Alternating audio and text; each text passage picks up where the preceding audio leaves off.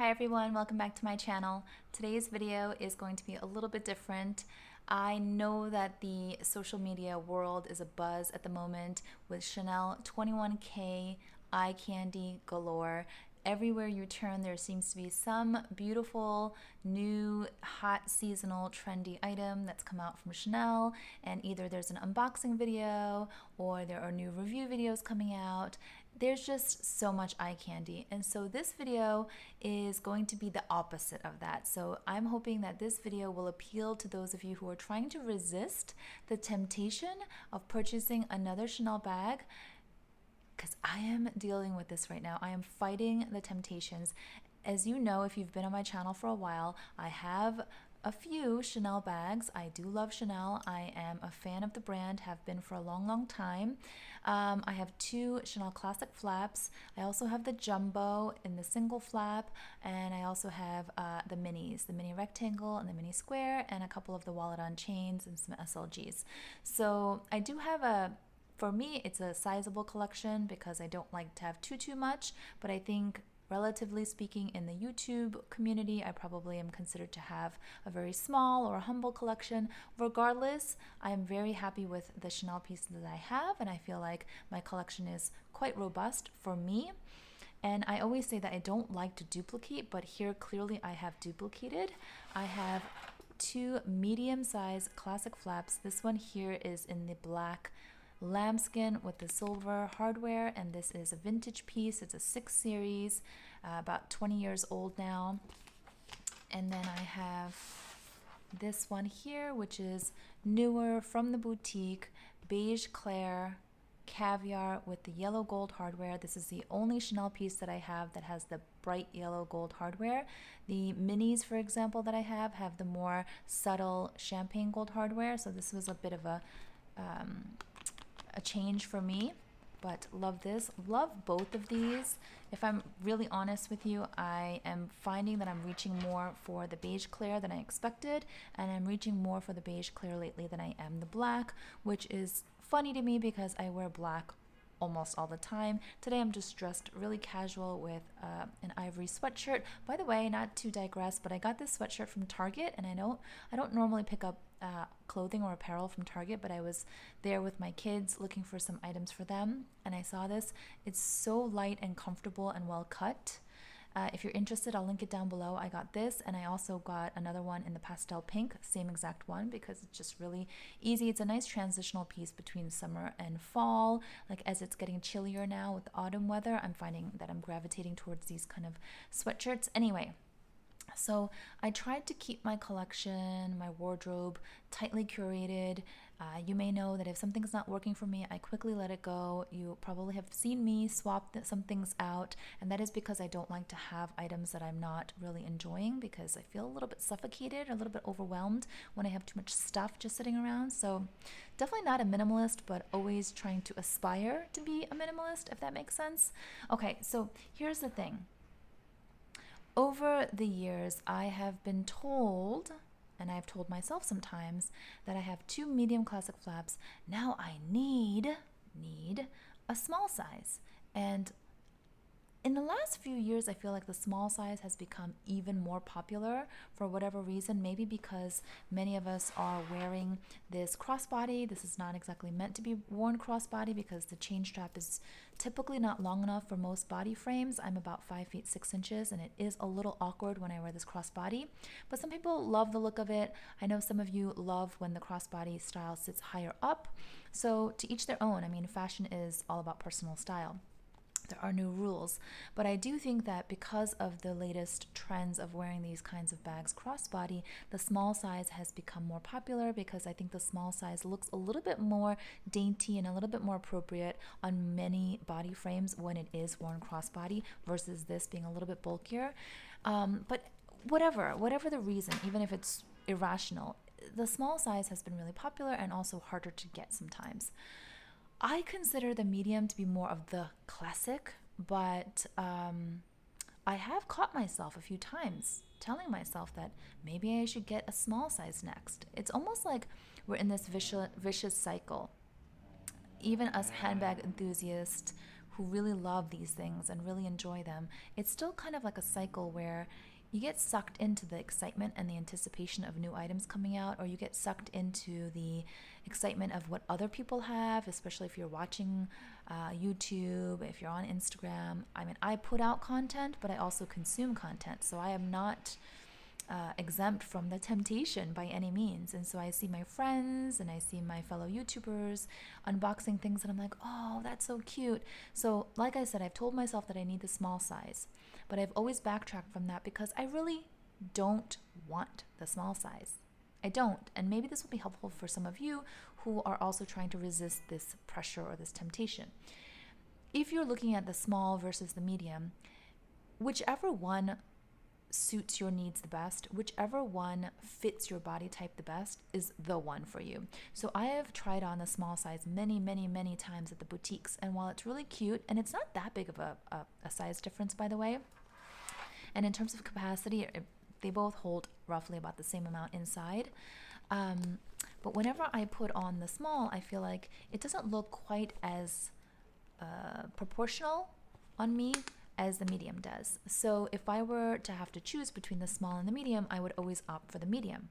Okay, so if that's the case, then why would I then go ahead and buy the small just to have the small when the medium is clearly my preferred size? Do you get my line of thinking?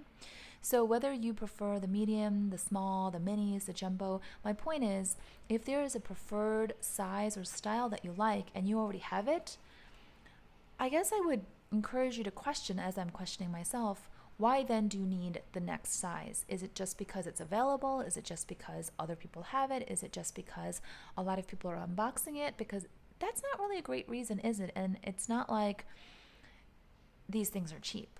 It doesn't matter how much money you make. It doesn't matter if you're 100% financially independent and you don't have to work a day in your life. These are still luxury items that are, frivolous, pretty, yes, pretty, but frivolous and unnecessary. So why would you spend your money on them unless you really, really want it, right?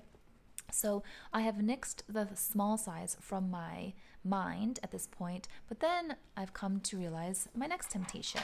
And right now I'm having a bit of a hard time with all the 21K eye candy everywhere. I do love to admire the eye candy, but the beautiful pops of color. The color, the shimmer, the brightness, the bold, the pastels, the iridescence, the ombre effects, the colored hardware, the rose gold hardware, the rainbow hardware. There's so much. I mean, Chanel is having a lot of fun this season, and they always put out something gorgeous every season. So there's no end to this, right? So this is a battle between beautiful Chanel eye candy and my personal discipline and willpower. And so if anyone else is feeling this way, please comment down below. I know I'm not the only one, and maybe it's a little bit unusual for a luxury YouTuber to put out this type of content or this kind of message, but I'm a human being. I am not here just as a YouTuber. First and foremost, I'm just a person. I'm a mom. I'm a professional, I earn my money, and I love handbags, but the handbags part comes later, right? Like way down the priorities list. So I just wanted to be really raw and real and honest with you guys about what I've been conflicted about. And so whenever I see like the beautiful purples and the blues and the pinks, as you can see, my planters there, most of my apartment is very monochrome, like white, clean, pretty minimalist, but then I do have pops of pink because pink to me is a very happy, pretty color. So I have been eyeing pink classic flaps for several seasons, like every shade that comes out, the bold pops of fuchsia, the pastels, the iridescence. I'm always like, ooh, but I resist the temptation, and I'm still trying to resist that temptation to add a pop of color, namely because my wardrobe is quite neutral, as you can see. So anytime I have tried to add a pop of color, you probably saw, I wound up either not using it, letting it go, swapping it for something else that was more like a neutral. And so I'm thinking maybe when it comes to experimenting with pops of color, I should stay away maybe from Chanel and maybe play around with some lesser known brands, more affordable brands, something a little bit less of a commitment, if that makes sense. But yeah, let me know if any of you are tempted but trying to resist that temptation. I really enjoy admiring beautiful things from afar. I'm generally pretty good about having those boundaries. I'm generally pretty good, meaning I can enjoy something that my friend has or that I see on a celebrity or on TV or social media and be like, oh, that's gorgeous, without feeling the need to then have it myself. And that has kept me in check all these years. But there are moments where I feel my knees go weak, like, oh, that's so pretty, that could really, add something new and fresh to my collection. But then any new item would add something new and fresh to the collection. And so there would be no end to this. It would just go on and on and on forever. So I'm trying to remind myself to be grateful, to enjoy what I have. I can barely use all of the bags that I have because they're only 7 days in a week, and it's not like I'm going to some gorgeous events every day. So a lot of times I'm just wearing my everyday bags. This one I'm not wearing as much. This one I've surprised myself by wearing it a lot more than I thought because I had resisted this light beige color for many years, but I'm really happy to have it. But then my brain goes, well, they're both neutrals. Don't you want a pop of color? I don't think so, because I don't think I will use it, right? So it's like this back and forth, back and forth.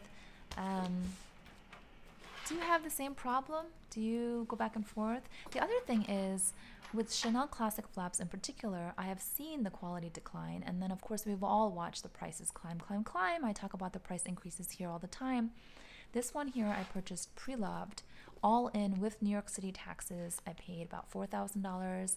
Got this from Fashion File. I mean, granted, it's vintage, 20 years old, but it's gorgeous. It's gorgeous. It's in beautiful condition. And then when I bought this one from the boutique, it was full retail price, which was $6,800. $6,800. Let me say that again. $6,800 plus taxes, which was putting me at about $7,200, I think. So well over $7,000 is what I paid. And then, of course, in a blink of an eye, the prices will go up again. This one here, I think the quality is quite nice. I did inspect it very thoroughly. Unfortunately, you do have to inspect all of the classic flaps really thoroughly if you're going to buy brand new from the boutique nowadays. It's kind of sad that we can't just count on the quality, but we all know what's going on with the craftsmanship. Both of the bags that I have here are made in France, and I do adore them both. But I mean, basically just between these two, you've got $4,000 all in pre-loved vintage, $7,000 plus, it was like $7,300 ish with taxes, brand new from the boutique. So we're talking, this one here is basically about half the price of this, right? If I had bought them both on the same day, I would have to say the beige Claire was about double.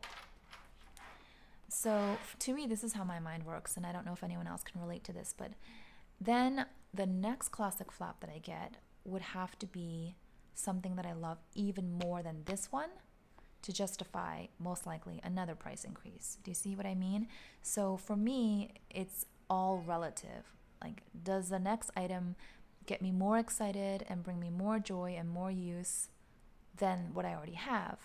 And if the answer is, I don't know, they're about the same, or no, not really, then it just doesn't make sense to me, like intellectually, if I were to pause and be rational about it, why then I would pay more for something that I love less, right? So again, this is sort of rambly, but I'm hoping that this video will be helpful to some of you who are kind of on the fence or dealing with this temptation and trying to resist.